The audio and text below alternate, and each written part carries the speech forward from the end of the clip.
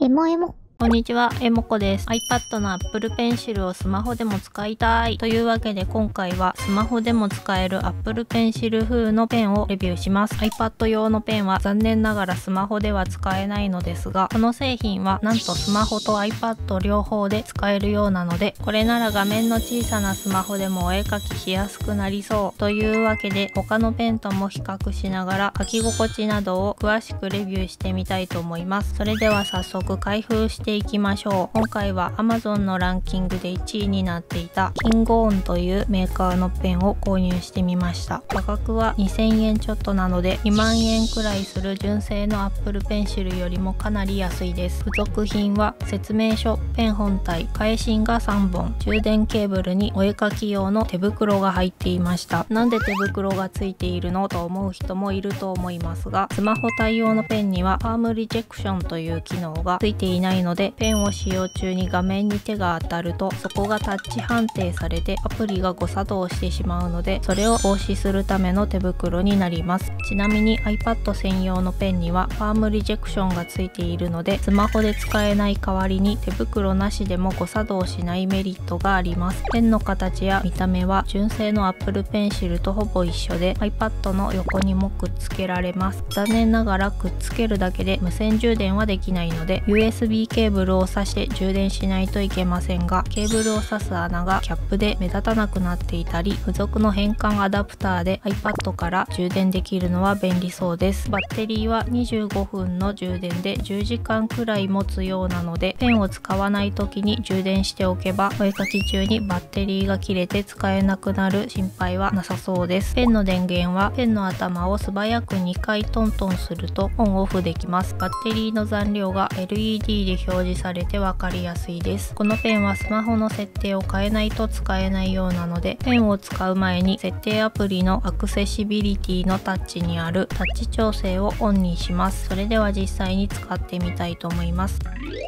使用するアプリはお絵描きアプリの IBIS ペイントです。直線を引いたりくるくるしたり、ペンを素早く動かしてみます。ちゃんとスマホでも描ける。純正の Apple Pencil はスマホだと使えないのですが、このペンはちゃんとスマホでも認識してくれます。ただ iPad と Apple Pencil の組み合わせのように、ペンを押さえる強さで線の太さや色の濃さが変わる筆圧感知や傾き検知には対応していないので、筆圧を変えても線の太さや色の濃さは全て同じになってしまいます。なので Apple Pencil やお絵描き用のペンタブのように線に細かい強弱はつけられないです。なので絵の描き心地は Apple Pencil より描きにくいけど、指よりは描きやすい感じです。せっかくなので他のお絵描きアプリでも試してみます。まずはアナログっぽい絵が描ける Adobe Fresco で試してみます。こちらもサラサラ描けますね。アナログ風の筆が多いので、インクのにじみをうまく使えば筆圧なしでもメリハリのあるいい感じの絵が描けそうです。プロのイラストレーターさんがよく使っているクリップスタジオでもちゃんと使えました。スマホ版のクリップスタジオはパソコン版とほぼ同じ機能が使えて、パソコン版や iPad 版とデータを共有できるので、このペンとスマホを持ち歩けば外出先でスマホに書いたアイデアラフをパソコンや iPad で清書するような使い方もできそうです。メディバンペイントは少し重く感じるかな。アプリやスマホの機種によってはたまに処理落ちしたり、ペンとの相性が悪くて使えない場合もありそうです。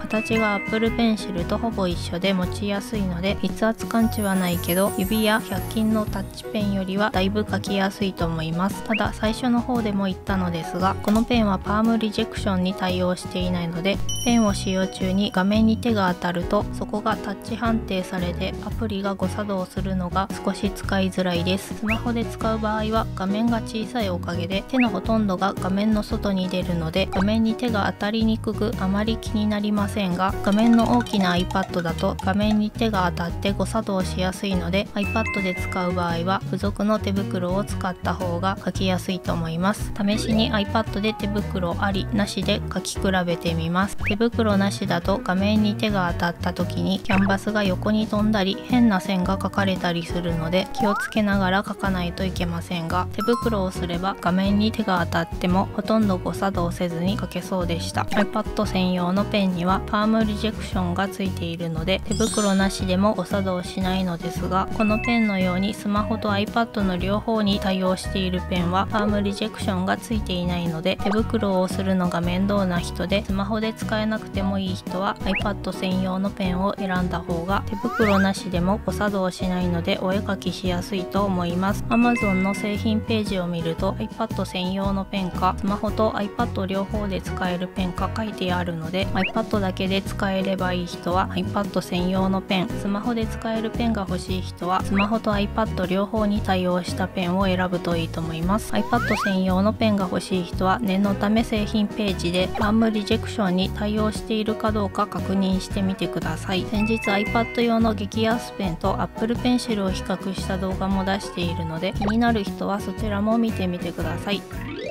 この製品のいいところは丈夫でしっかりしているので100均のペンよりもだいぶ長持ちしそうなところです。ペン先の形や材質も純正の Apple Pencil とほぼ一緒なので指で書くよりもかなり書きやすいと思います。反応や追従性もなかなか良くて、私の iPhone では線が遅れて書かれるような遅延もほとんど感じられませんでした。スマホ用のスタイラスペンで安くて丈夫なものは今まであまり見かけなかったので、スマホで絵を描きたいけど指で描くのが苦手な人や100均ペンの耐久性が不安な人にはなかなかいい製品だと思います。付属品も充実していて、純正の Apple Pencil だと1つ400円くらいする返芯が3つも入っていたり、手袋も厚手で丈夫なので、これで Apple Pencil の4分の1くらいの値段で買えるのはとてもコスパが高いと思います。この製品の気になるところはパームリジェクションに対応していないので、手袋をしていないとたまに線が飛んだりアプリが誤作動してしまうところです。なのでスマホで絵を描く時にも付属の手袋をした方が描きやすいと思います。あと画面に剥がせるフィルムやガラスフィルムを貼っていると少し筆圧を強くしないとペンの反応が悪くなる気がするので、筆圧が弱めの人は薄いフィルムに貼り替えないと使いづらいかもしれません。とはいえ指や100均のペンよりはだいぶ描きやすいので、これからスマホでお絵描きする時に使っていきたいと思います。今回紹介した製品のリンクは動画の概要欄に書いておきます。このチャンネルではおすすめのガジェットやお絵描き関連の動画を投稿しています。この動画が参考になったよという人はチャンネル登録や高評価、コメントなどしてもらえると動画を作る励みになるのでよろしくお願いします。後日実際にこのペンを使ってスマホでイラストを描いたメイキング動画をサブチャンネルの方に投稿する予定なので、よかったらそちらも覗いてみてください。ご視聴ありがとうございました。